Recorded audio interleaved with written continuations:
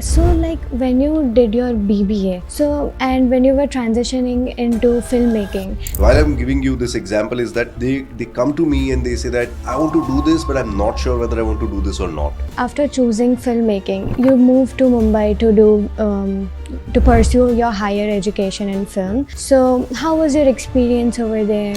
Keeps up with whatever your mood is. So good music, watching so many good films, and I'm not talking about films that only come on bigger screens, but world cinema, international cinema. I think the basic nuances of being a good human. You mentioned that you went to the station and you were observing everyone around. So do you still use those techniques? Just generous help, they did. Otherwise, we also play trailers in weddings. In weddings? We contacted wedding planners and asked them that can you play the trailer of the film in the wedding. Oh.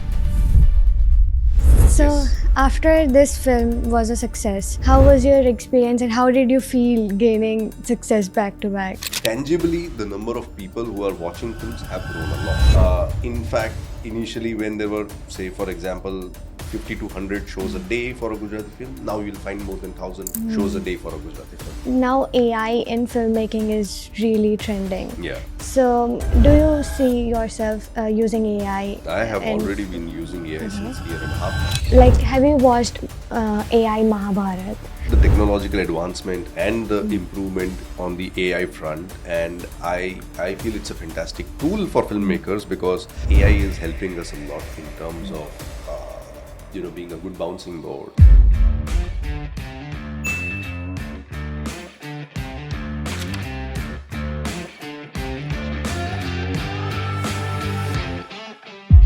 Hello and welcome everyone to the GLS University FOBA podcast club, which is led by students.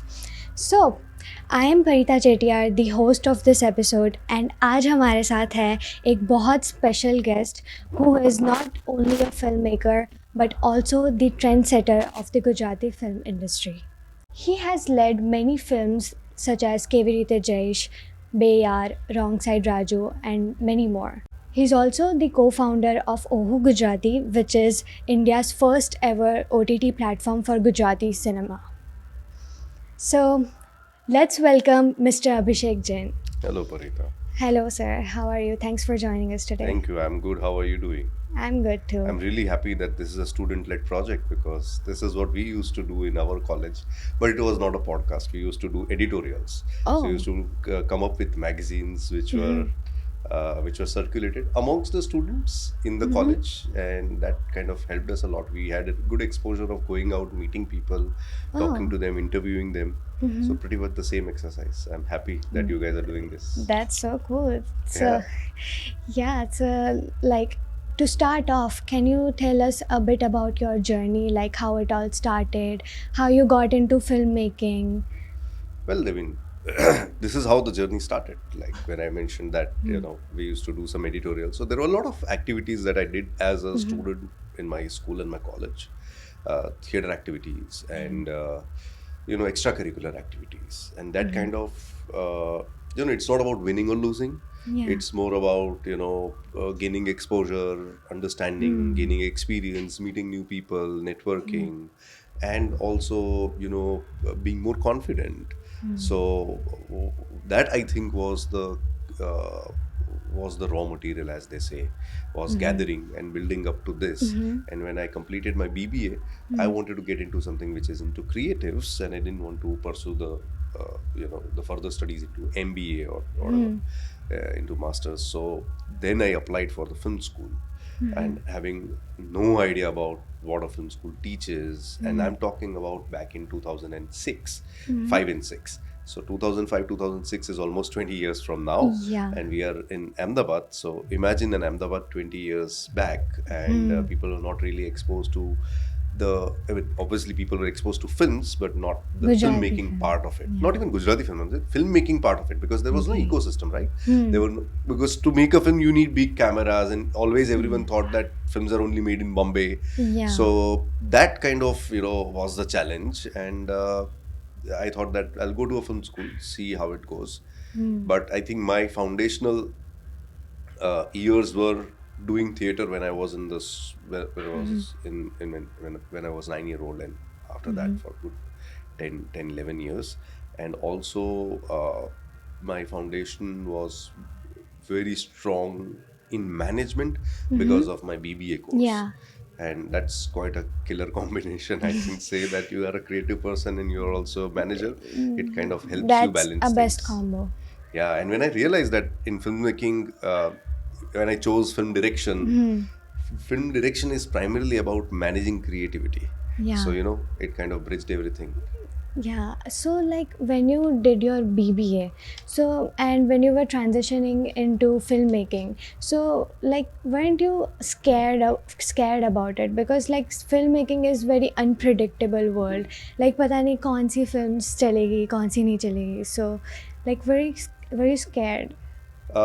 Very honestly, I tell you, back then I was absolutely fearless. So back then I'm still very fearless to quite an extent, but I would say that when I meet a lot of students of your age, and a lot of people in my office are young. In fact, I'm the oldest one, and the age gap between someone who's with us in the office and me would be tentatively 6-7 years minimum. So a lot of these young students who are fresh out of college or are still in college or interning or working with us, while I'm giving you this example, is that they come to me and they say that I want to do this, but I'm not sure whether I want to do this or not.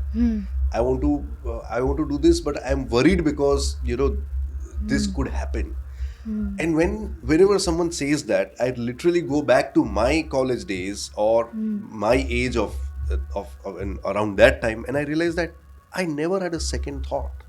It was maybe instinctive or impulsive, whatever you may call it. But if I find something exciting, I just jumped and plunged into it. So that fearlessness kind of because I believe in the fact that you cannot test the water until you put your feet or the entire body into it. Then only you can test the water. Then only you can understand whether how hot is the water, how cold is the water. Just sitting across the pool and judging, or just calculating whether, or creating probabilities that what will happen, and thinking about your fears and all of this. I think that doesn't work in my case personally. What has worked is just go plunge. If the water is too cold, your body will manage. If the water is too hot, you will have to manage your way out, but you have to survive. So I have been fearless that way. So there was no fear as such. Oh, so that's really inspiring. So just do no Yeah, matter if you what. calculate Like, things, and if life was supposed to go as per the calculation, then every life would have been very well, articulated in Excel sheets, right? yeah. But that's not what life is. So, and COVID has taught us a lot. All of us, the entire human race, COVID has taught that however hard you plan and however hard you try, something can just happen. So it's better that you go with the flow. You keep what is important in all of this is to keep your instinct, to keep your gut, really intact, and insanity of it. Not insanity, but insanity of your gut, so that that impulse or that instinct can help you take those decisions and also help you survive through those decisions. It's not about taking the decision at that moment. It's not about the plunge. It's about surviving after the plunge. So that's what it is. That's so inspiring. Also, like after choosing filmmaking, you moved to Mumbai to pursue your higher education in film. So in Whistling Woods.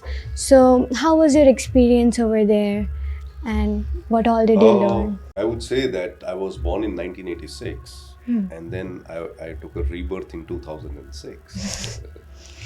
The reason being that when I went to the film school, it was completely a different world.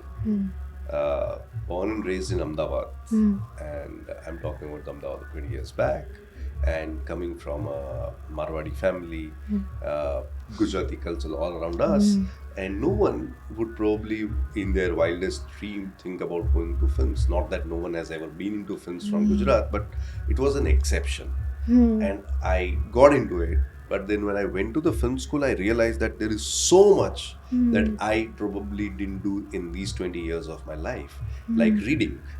I must tell you that I missed out on 20 years of reading in my life. And I regret that. So I've paced myself up, and I almost make sure that I read a book a week, because I want to read a lot, because reading is the window to the world.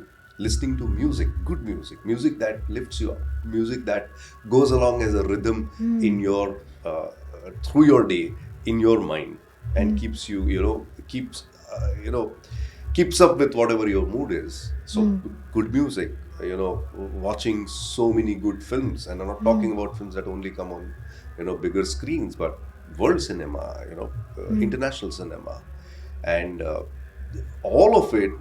One side. The other thing that I learned in the film school is that at the end of the day, we all are storytellers. Yeah. And everyone is a story. How well can you understand the other person's story? And for that, the basic thing that you need is empathy.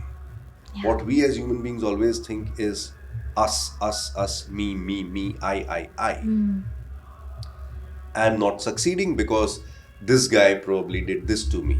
But we never think from the other person's point of view. If we empathize with them, we'll be able to understand their story. And if we understand their story, we will be able to, become a better storyteller. Yeah. So I think the basic nuances of being a good human, and I'm not saying that film school can make you good human beings. It obviously teaches you technicalities and craft. But for me personally, going into the library of more than 50,000 books, more than 50,000 films, meeting people, understand what we used to do. Very interesting is that our teachers and professors used to send us out. So our film school was in the film city, and they used to send us out telling that you are supposed to go to, say for example, Goregaon station today. Okay, and you are supposed to reach at 9 a.m. and you're not supposed to come back before 9 p.m. And you are supposed to sit on platform number 5 through the day. Now imagine 12 hours of sitting there. What are you going to do? And we are not talking about the times when there were a lot of mobile phones or internet available or whatever. So they used to do this so that we can observe people, we can see what this guy is doing, why is this guy in a hurry, what kind of shoes is this guy wearing, what must be his backstory, where is he coming from, what kind of mood is he coming from, all of it. And that taught us more than any technicality of filmmaking, because that's human studies. And I think it works for everyone in every field. Yeah.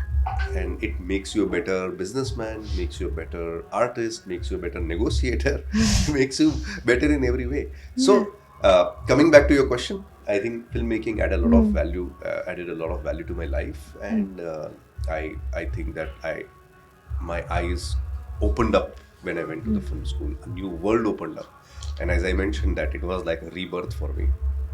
You mentioned that you went to the station and you were observing everyone around. So do you still use those techniques? Oh yeah, that was a practice, and now it has become a natural thing to us, right? So just to give you an example, when I entered this room, and we haven't yet talked, but I noticed that he's wearing white and white, and he has a tika on his forehead.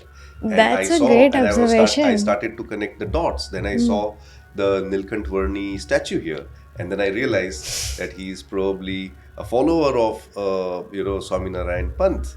And then I asked him a question, and that's how we connected. That's how you connect with human beings. Putting your head down and just sitting in the metro, or putting your head down and traveling by the car doesn't really make you more interactive with human beings. If you want to feel the real emotion, you want to understand the real human, your Instagram reels are not going to tell you that. Every human is a study. So, like around that time, you also got to work with Sanjay Leela Bansari sir, and also how was your experience working with them, and was it overwhelming to work on, like आपने बहुत सारे लोगों के साथ उस time काम किया होगा? See, I have worked with them. So the important or key point is obviously the experience of working with them was fantastic. It was a learning process, and but there are two things that I would like to mention, and why today I am speaking to you guys, drawing comparisons between the 20 years back and 20 years now. From then is because I understand this message or this podcast is going to relay in a lot of students and this is a student-led initiative. So obviously I worked with Sanjay Leela Bhansali and Subhash Ghai and Ram Madhvani and the top-notch film directors, and I've been fortunate enough to work that. But two things. One, straight out of film school, I didn't feel that, oh, मैं film school से बाहर निकला हूँ, now I'm a filmmaker. Because film school taught me the theory or maybe the academic part of it, but I was yet to taste the real world. So I decided that I'll go and probably work for at least 2 years, and even if I have to start like at the lowest level, I will start from there, because to take that real world experience is important. And why I'm telling you this is because however great universities would be, however great your course is, however great your professors are, and however great your academic score is, when you step out in the real world, you should start from down up to the top, just to realize that what is the exact process, what is the system like, how does the real world work, and what kind of people you meet at every level. And then when you're at the top, or you're a manager at the end of the day, or whatever you're doing, you'll be able to understand everyone from top to the bottom.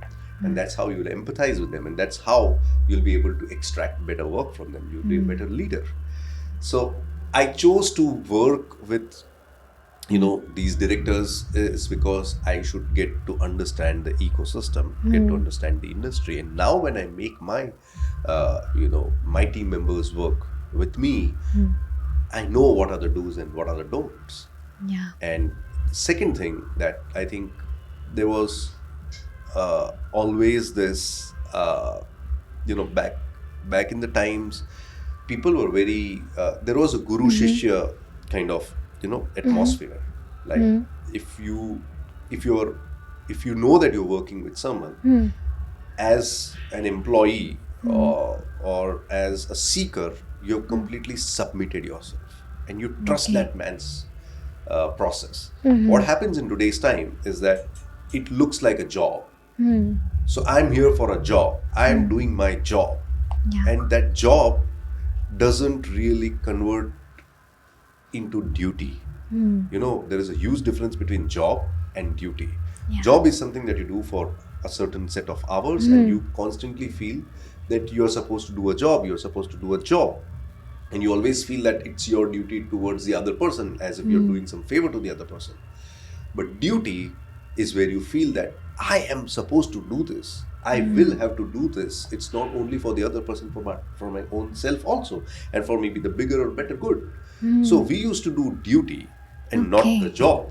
And that duty means being submissive to the leader and trusting him enough, or his vision enough, that whatever he's doing, I'm here to just seek all of it and learn, and not think that, oh, I could have done it that way. If you could have done it that way, why are you here in the first place? So these are the two things that I learned, and eventually even in today's time, I try to apply that. And I also try to tell these to my team members that just be very open to working straight out of, even if you've come out of the university, even if you've done an MBA or whatever, you must work not for the job, but to understand human beings and to understand what duty is. Yeah, I totally agree with you. Like, real world exposure matters a lot. So around that time, instead of climbing the Bollywood ladder, like, you got so much exposure around Bollywood. So why did you come back to Ahmedabad and started to build a Gujarati film industry almost from scratch? So in my gene, I'm a Marwadi businessman. Secondly, on top of it, I'm born and raised in Gujarat, and on top of it, I'm a management graduate. And on top of it, I have been fortunate enough to attend lectures of Sri C.K. Prahlad in the IIM campus and AMA campus. And I don't know if you know about C.K. Prahlad, but you have to really go and check him out on Google or wherever you be, or maybe read his books. And I remember very distinctly in one of the lectures he mentioned about the bottom of the pyramid, and obviously that's an analogical thing that he was talking about. But what I took from that long speech or a lecture of his, that India from now, and he was talking about this in 2002, 2003, that India from now is going to move towards an economy where people are not going to look up to the bigger cities or metros. People are going to look up to the smaller cities, and people are not going to look up to the colonial or English, but they are going to look up to the vernacular. So, and now you see, he used to quote examples of Coca-Cola not writing Coca-Cola just in English, but Coca-Cola going into and doing a wall painting in, say, a Gujarati language or, say, a Telugu language. Why? Because they want to go vernacular. They want to touch base with the bottom of the pyramid. They want to touch base with the huge middle class or middle class of India. Now that kind of stuck in my head, and I realized that, if I make a film in the mainstream Bollywood, I will be one of the thousands who are making. But if I go back to Gujarat and I serve my vernacular language, I will probably become one in thousand. So I had a choice. You become one out of those thousands, or you become one in those thousands. And I chose to become that. And obviously that comes with a lot of risk, that comes with a lot of other elements. But I chose that because, as I mentioned, that somewhere at the back of mind that C.K. Prasad lecture was there. And it stayed with me. So you never know what works, what stays with your subconscious mind, and it helps you while you're making a decision. Also, there was an emotional reason, because when we were in the film school, we were told that you're supposed to tell the stories that come from your, from where you are, from where your birth is, and what kind of life you've led, what kind of people you live around with, what kind of culture you've seen. So I thought very naturally what came to me was a story around Ahmedabad. And I'm born and raised in Ahmedabad. So, and in spite of being a Marwadi, I'm more a Gujarati that way.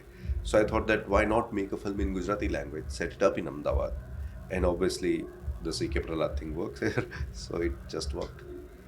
So that's also like your fearless nature. So you chose this. In this, after coming here, so that clearly paid off. Like you, with your first debut, KV Rite Jaish, that achieved a lot of success. So how did you, like उस time पे multiplexes में cinema, Gujarati cinema का इतना नहीं था. So उस time पे आपने ऑडियंसेस कैसे, how did you bring the audiences to watch that film? Yeah, I mean, great idea and great question. So I think your questions are really good. Thank you. So when I realized that I've been to a lot of podcasts, that when I am talking a lot in answering a question, that means the question is really good, because then there is so much that I am recalling and then I'm talking about. It really helps. So see, we made a Gujarati film and we never knew whether this will see the light of the day or not.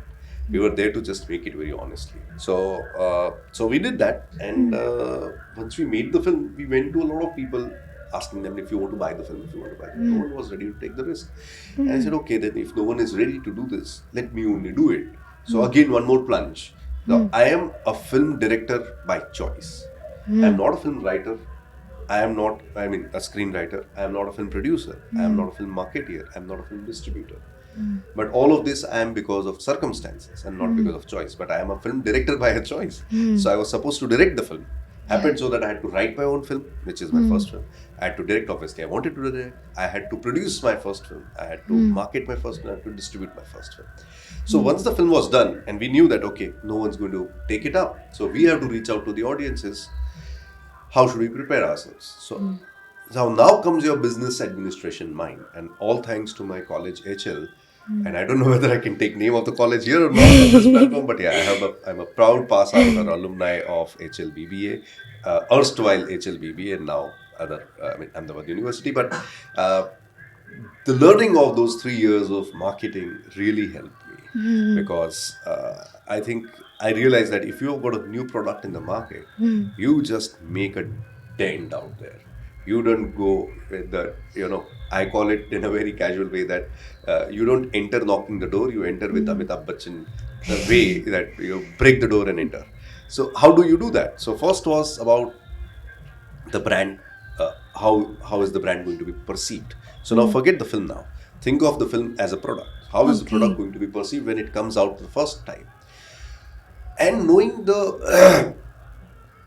the current scenario, I mean, this I'm talking about 2011-12. I realized that people are very highly opinionated. They take a lot of time to form their own opinion. But if I easily get a borrowed opinion, it becomes very easy for me to label any product, right? So we took advantage of that, and we said that we will only tell people what they are supposed to perceive out of the first communication of the film. So the film's title is Kevirte Jaish. All right. How do I perceive whatever I perceive? But then I say that an urban Gujarati film. Now I am telling you, as a maker, what you are supposed to perceive out of the first communication of my film. Kevirte Jaish, an urban Gujarati film. So as an audience, when I perceive it, okay, an urban Gujarati film. All right. So that intrigued them. So at least they took that first step, right? And now, because I've promised an urban Gujarati film, I cannot, as a filmmaker or a marketer, do anything which is routine, which is regular, which is mundane. So we started doing all bizarre things. How to reach out to the people. And there are set formats, set formulas. We didn't follow any of them. I said there is a way of traditionally marketing a film. We will do that in the worst case scenario. That should be our backup. The first thing we should do is do all experiments. You won't believe what we have done. And as a filmmaker, I shouldn't be saying this, but okay, let me say this. There are buses that go intercity, like Ahmedabad to Baroda, Ahmedabad to Rajkot. So we did a survey that what is the route which takes more than 3 hours. So say Rajkot, Ahmedabad to Jamnagar, Ahmedabad to Surat, many more, right? Okay, now these buses used to have huge TV. Back then, people didn't have those smartphones and they used to download and watch. Obviously, people had smartphones, but not many people had that kind of access to internet and content and OTT platform, all of that. Okay, so there is a TV in the bus. They are going to watch the TV, and they have no other option. So they are going to watch the TV. What is the bus guy going to play on the TV? What will you offer that the bus guy will play? So you offer the latest film to him, the film that is still running in cinemas. And you offer that film to him on a DVD. I'm talking about piracy. Okay. And this is not new thing that we invented. People used to pirate. People used to play new films. Right. So we said, all right, you have this DVD you are playing. We will provide you with a DVD. Okay. Great. His cost cut, right? Because he will buy a DVD. It will cost him whatever, 100 rupees, 120 rupees or 30 whatever rupees. I said, we will make an entire DVD for you. We'll add 3 films and we'll give it to you. Okay. And we started writing DVDs. Okay. And what we did was that whatever the latest film was, it's a crime and you must not commit. We were desperate back then. We did it. But I'm saying don't do that. So what we did was, for example, there was this X film which has released and it's got great popularity. So now at the beginning of the film, before the film starts, we placed our trailer. Okay. And as a filmmaker, we know that what are the high points and the key points of the runtime of a film. Say if the film is 120 minutes, we know that craft-wise as filmmakers, because we've been to film school, that if you splice it, you know what are the hook points. So at every hook point, we placed the trailer of the film. So just about that someone is going to kill someone in the film, in the actual film which is in the DVD, we cut and there is a trailer of Kevirte Jaish. Okay. And you have no other option because you are sitting in the bus, you do not have the remote in your hand, and there is this latest film playing, and your journey is long enough, more than 3 hours, you are supposed to watch it. Yeah. So we placed the film trailer for almost 5 to 6 times through the runtime of the film. You get irritated, I don't care, but my film's trailer should play. And I should be able to tell you that this is an urban Gujarati film. So we did that. So this is one of the examples.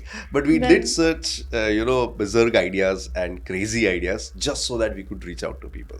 We used to take out the listing of events. So we used to talk to our media friends in newspapers that have you got the list of events that is going to happen in Ahmedabad for the next 3 weeks or 4 weeks? And they used to come and hey, these are the events. Okay, great.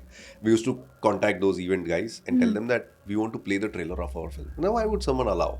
Right. So we used to tell them that, okay, what is it that we can do? Yeah. Can we pay for your LED screen? Can we do that? So it was a good barter. And people who offered just generous help, they did. Otherwise, we also played trailers in weddings. Would you? In weddings? We contacted wedding planners and asked them that can we play the trailer of the film in the wedding? Oh. So, but The idea was that reach out to people, make the dent, make people, the first impression, make them, realize that, okay, these guys are really urban. Because it was easy to go back to a mold of a traditional marketing, route. But if you would have done that, people would have perceived us as, okay, you're just saying that you're an urban Gujarati film, but you are just the same. So just to cut ourselves out from that, we did all of this, and then we followed the traditional route, obviously. Yeah. But yeah, so the long answer, but as marketeer, we realize that if we want to make that dent, we need to come out and ऐसा मैंने कहा कि अमिताभ बच्चन की तरह दरवाजा तोड़ के अंदर घुसना पड़ेगा and do crazy ideas. Only then people will notice. And market and pitch yourself everywhere you Yeah. As marketeers, you have to be besharam. Yeah. That's the first rule. If you have any kind of shyness, if you have any kind of self-esteem also, for that bit when you're marketing, put your self-esteem aside. Yeah. Because if you're not on the road, no, you're not really marketing. That's true. Yeah. So after this film was a success, you also launched Bayar and Wrong Side Raju, which also gained a lot of success in the box office. So, and you also got award, right, for Wrong Side Raju, a Gujarati National Film Award. It was a National Film Award for Gujarati film. Yeah, you produced that film. Yes. So, how was your experience and how did you feel gaining success back to back? When you're in the process, you really don't expect the outcome. Films is such, right? It's not a tangible product that you are making or manufacturing. It's a very intangible product, and it's a vision of someone that you're following. So we were not sure of the output, and by the time you finish the film, you are so drained of your own adrenaline and your own passion that you barely care about, you call it a success or failure. What you care about is audience's reception. And the kind of love that we got from the audiences, like the day we released Kevir Tejesh, in spite of doing all of these efforts of marketing that we talked about, on the first day of the release, I was equally nervous. And because I didn't know what the audience is going to do, what are they going to respond to, how are they going to respond to this. But on the first day of the film's release, there were only 4 shows. Like, can you imagine only 4 shows? Not in one cinema. Across Gujarat, only 4 shows. What is this? I mean, your film is not going anywhere. But it was the audiences who saw the film, who demanded the film. And then they asked. And we did nothing. That film ran for 112 days in cinema. And from the first day of its release, where there were only 4 shows, it went up to a close to 130 or 140 shows a day or 160 shows a day until its end of the run, that is 112th day. That is not our job. That is the audience's job. Yeah. But what you can do maximum is do with the right intent. There is no formula in filmmaking, and I don't think there is any formula in life. So if you try to follow a formula, if you make it a pattern, if you try to make it a mold, I don't know whether it will work for you or not. It has never worked for me. And I've seen a lot of people for whom it has not worked. Because life is like, a constant flow of water. You have to go with the flow and have to face whatever challenges come your way. There is no set formula. So there is no set success, there is no set failure. So we don't get really affected by the success and the failure, awards or not awards. Yeah, National Film Award is a big deal because that's a presidential award. That's the highest award that a filmmaker can get in this country. So I'm really proud of that.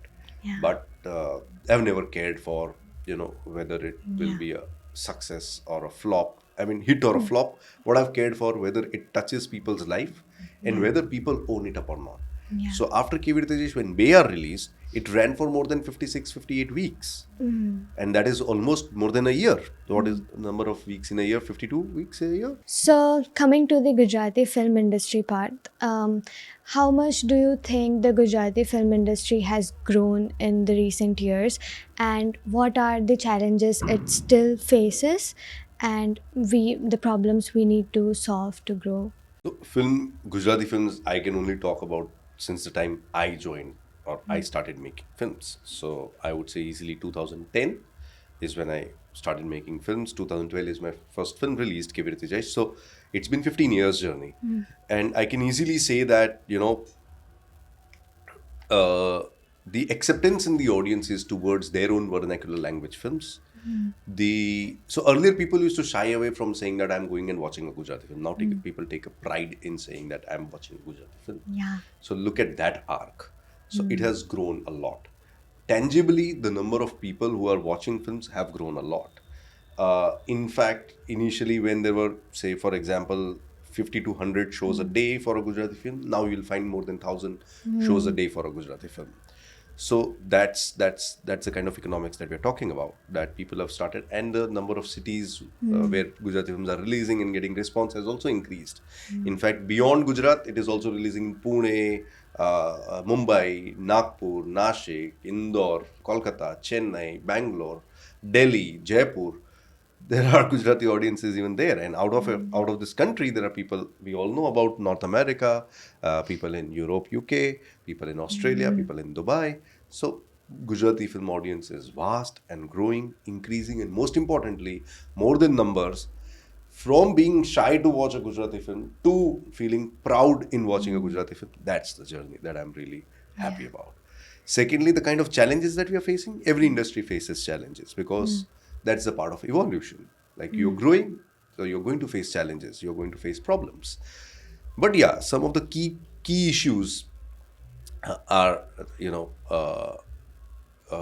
I would say that the audience's awareness towards a Gujarati film. Like if a Gujarati film releases this week, because we cannot afford to market a Gujarati film as much as a Hindi film markets because of the size and the economics of the industry, uh, people tend to come to know about Gujarati films quite late, like in the third or the fourth week. But if the film is still running, so that awareness, that prompt decision of going and watching a Gujarati film in the first week itself can make a lot of difference because financially speaking, the money that a producer gets in the first week of the theatrical release is higher than the money that he gets in the fourth week of the film's release. While you think that film is running for long, but the producer is earning the least. So so I think that is one challenge that we need to curb. We need to create that kind of awareness amongst the people. Ask them to go and watch Gujarati film the day it releases or the week that it releases in. Secondly, there are a couple of issues about, say, it not being a very organized industry. Like there is no organized financial structure. And we are in Gujarat. We are talking about a place where there are a lot of startups, where there are hit businesses, thriving businesses and thriving industries, and so many VC funds, so many PE funds, and all of that. Yet no one has been able to touch on the film industry and kind of dealt with it, found a way of looking at what could be the downside, what could be the upside, how to mitigate the risk, and what could be the best financial structure, and then propose it to organized institutions or organized corporates or organized family business houses, and then streamline that finance. So finance is another issue because whatever finance right now the film industry gets is quite unorganized. I'm not saying it's black or it's white, but it's unorganized. And also the risk taking capability is less. But if you have a pool of fund, then the risk taking capability or the economies of scale proves that it gives you better returns or it is more safe. So that is another issue, and there are many such issues. But what I'm trying to say is that from the audiences and the and the industry point of view, finance and the promptness to watch a Gujarati film are the key issues right now. So talking about like startups, you have also also co-founded Oho Gujarati, which is for the first Gujarati OTT platform. Yeah. So what sparked the idea behind that? Well, Oho Gujarati doesn't exist anymore now, but when it was taking shape and was taking birth in 2020, we thought that not every film in Gujarati language has to be dependent to a cinema release, and not every film should be released in cinemas, and not every stories are mandatory to be told on bigger screens. So how about creating an OTT platform which can probably give people constant content in their own language, and they can be proud of that content, and they can also pay a meager amount for that content, and it could be handy, like how you're watching Netflix. Why not people watch a Gujarati content on mobile phone? So that was the idea. That's how we founded Oho Gujarati. It did really well. It kind of picked up really well. It had a great show. Then it had a lot of great shows like Kadak Meaty and Cutting, and Vittal Tidi obviously was one of the most popular shows. So yeah, it did really well. But then we had to exit out of the business of other challenges that we were facing. So we came out of it. So, like after that, you also did your recent film, which is Entrepreneur. Yeah. So I love the title, That's it. and like it's about the middle-aged woman Yeah. starting her own business. So, what was the idea? Like, how Oh, did yeah. you get the The idea? idea is not a rocket science, because you see in Gujarat, Yeah. every other household, a lady is doing some of the other business. You know, all your khakrawalas or your gru udyogs are run by women, right? So inspiration was quite like nearby. Like you just turn around and you see an inspiring woman doing a business. So that's where the idea came from, that we wanted to pay an ode to the business women of Gujarat. We wanted to talk about not the corporate business women. We want to talk about a woman who thinks that, you know, she can do anything, and she believes in herself, and she can go out and do a business. And we have seen this in all the households of Gujarat. And I'm very proud to say that Entrepreneur is actually an ode to the Gujarati women who believe in self empowering and in financial freedom. Because I'll tell you one thing very important: the first step to empowerment of a woman is financial freedom. If she is not dependent on the opposite gender for money, if she can generate her own finances or her own income, she will feel very liberated. She is not going to be dependent on anyone. And that is the first key to freedom. That is the first key to empowerment. And Entrepreneur talks about that in a very light-hearted way. I love that. I love that movie. Yeah. And now AI in filmmaking is really trending. Yeah. So, do you see yourself using AI? I have in already f- been using AI Okay. since a year and a half now. And have you used it? Have you used it in filmmaking? Yeah, I'm using it in filmmaking, not for anything else. Have you watched AI Mahabharat, which Yeah. released? So So I'm what quite do you? aware about the technological advancement and the improvement on the AI front, and I feel it's a fantastic tool for filmmakers, because all those complacent and lazy people who are giving excuses of not working can be kicked out very easily, and AI can replace them. Yeah. But on a very serious note, I think AI is helping us a lot in terms of being a good bouncing board, in terms of ideating, in terms of helping us convert our ideas into vision, and a lot of stuff. And looking at everyday advancement in AI, I think if you do not really catch up to the technological advancement of it, you'll probably be left behind, far behind. Yeah, staying updated is what matters. Yeah.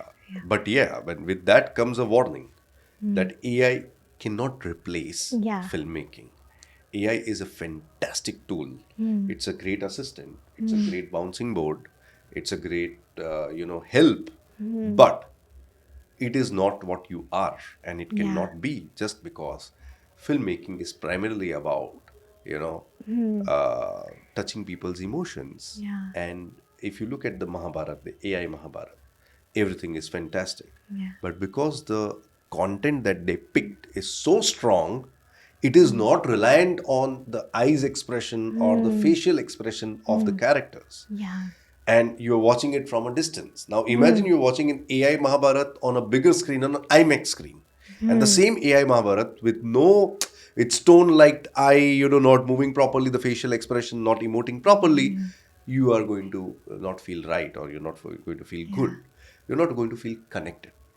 With the AI Mahabharat, which is currently fairly doing okay or well, whatever, is because the content is so strong. But AI has not yet reached that level which it can get into the details of how is someone supposed to emote, and what is his eyes going to look like when he's feeling something, right? So, and this modulation, like when we were talking, my voice has always been modulating. Yeah. right? So that modulation, how is AI going to get it? It will take some time Yeah. for it to reach there. Yeah. But for now, I don't think that is happening. Like the human part is what really matters. And Yes. you have made so many films. So I'm really curious about who you looked upon. Like आपने कौन से filmmakers, आपके कौन से top filmmakers हैं? There are a lot. There are a lot. So, I mean, there's a huge list of filmmakers and films that have inspired me. But even if I take those names, I don't know whether that is going to help, whether you'll find those films out there easily accessible or not. But one of my favorite filmmakers is Wong Kar-wai. Is is a filmmaker. Is based out of Hong Kong, and his films I like a lot. Fatih Akin is again a Turkish German filmmaker. I've loved the work of Kieslowski. I've loved the work of Zhang Yimou. अरे मतलब गुरुदत्त, सत्यजीत रे, Vishal Bhardwaj, Diwakar Banerjee, a lot of filmmakers. So And what are some must-watch films you recommend to? oh, there are a lot. I mean, in one of the recent times, I watched. I am watching. I go back to a lot of classical films, but I must say that if this releases on time or whatever, uh, Sholay is re-releasing, and Sholay is a film that was made in 1975. It's been what 50 years now, but you must go and watch the film just to realize that how relevant the film is even today. And that's the magic of filmmaking. You create something and then it goes on for years and years, centuries, whether the filmmaker lives or not, but the films are out there in the world. And Sholay is one of the fantastic films that one must watch. Diwar is again one of the brilliant films from India. Lagan, Guide, Pyasa, Kagas Ke Phool, a lot of films. So, but Sholay is just releasing now. You must go and watch it. It's releasing on IMAX screen with proper Atmos sound. So it will be an experience for a generation of yours. That's really great. Yes. And also, like any top 5 books that aspiring filmmakers should read.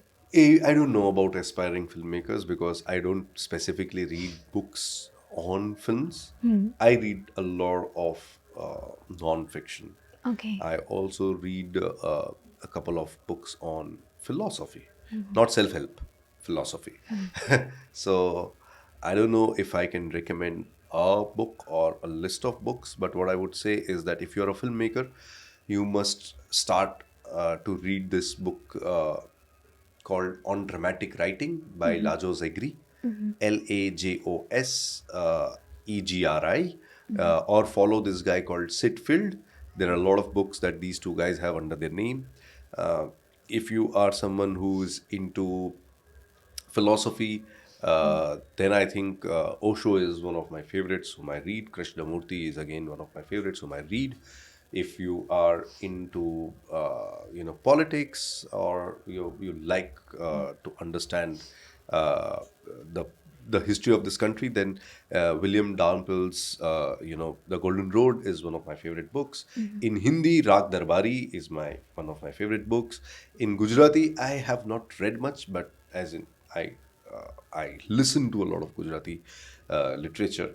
But I think a lot of Javed Chand Meghani and a lot of uh, uh, you know, uh, Javed Chand Meghani is definitely one of the great works to start with to understand the entire tapestry and the texture of Gujarat. So, a lot of books. Again, Right. That's hard to recommend. that's a wonderful list. Yeah. So there's one last question I want to ask you before we sign off. Do you have any personal advices you want to give to filmmakers? I am no one to give any advice to anyone. I can only tell, and it's not to filmmakers specifically, it's to general people that it's very important for all of us to do whatever we do with utmost honesty because there is no reason for us to just do it for the sake of doing it because life is too short. So, might as well do anything. And in today's time, especially whatever you'll do is going to stay forever because we're in the world of digital era. So better do it with utmost intent and honesty so that even if we are gone, that work can impact the society or make a difference in the society. That bit of responsibility is our way of giving back to the society from whatever we have got from it. That's a wonderful perspective. All right, so thank you for joining us. Thank you. This was today's episode.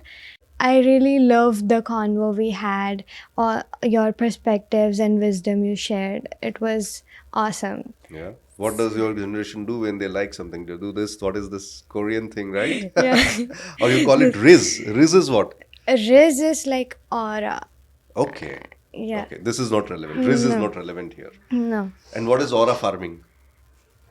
That's another like. What is it then? It's also a part of it. It's like a meme. There is a meme, aura farming. All of your lingo is a meme, but there must be some meaning to the meme. Mostly it doesn't have any meaning. It's just like aura. But what is It's aura another- farming? I want to know that. My teenage niece keeps on telling me, "Oh, Chachu, aura farming, huh?" What does that It's also aura, like Okay. another word. mean? All right.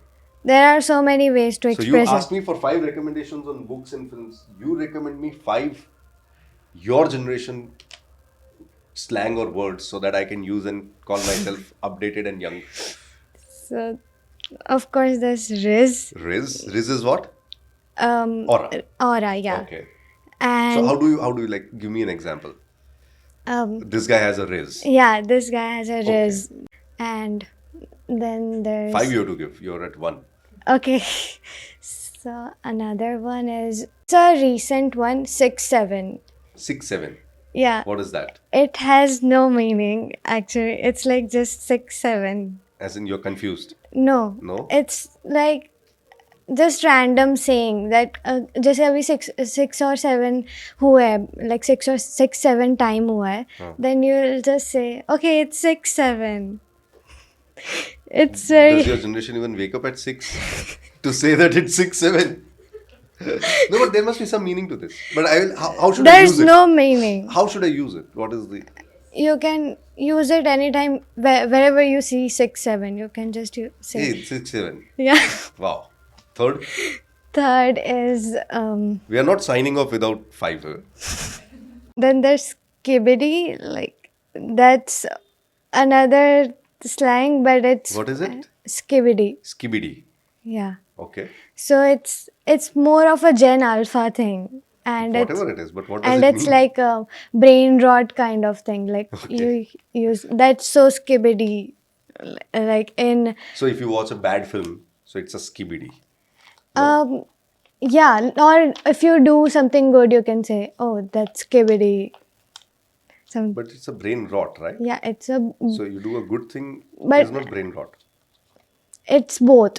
Okay. Okay, 4. Mostly it is like that. Riz, 6, 7.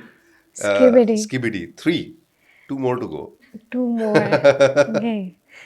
कहीं नहीं जा रहा कोई log off नहीं करने वाला no cameras are going to get shut otherwise I'm not going to make you release this episode.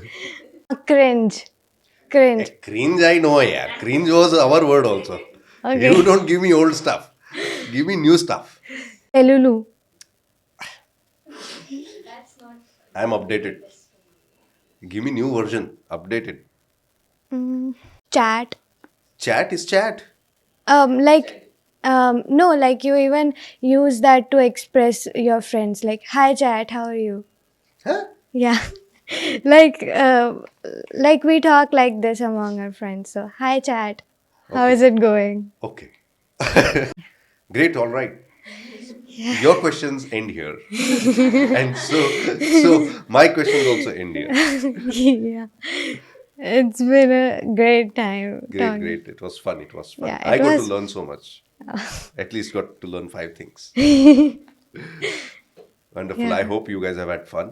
And Yeah. I hope you guys like this talk. And if you like it, then All right, guys. So this was today's episode. I hope you found this conversation insightful. And if you did, please like, share, and subscribe to the channel. Also, stay tuned for the upcoming videos.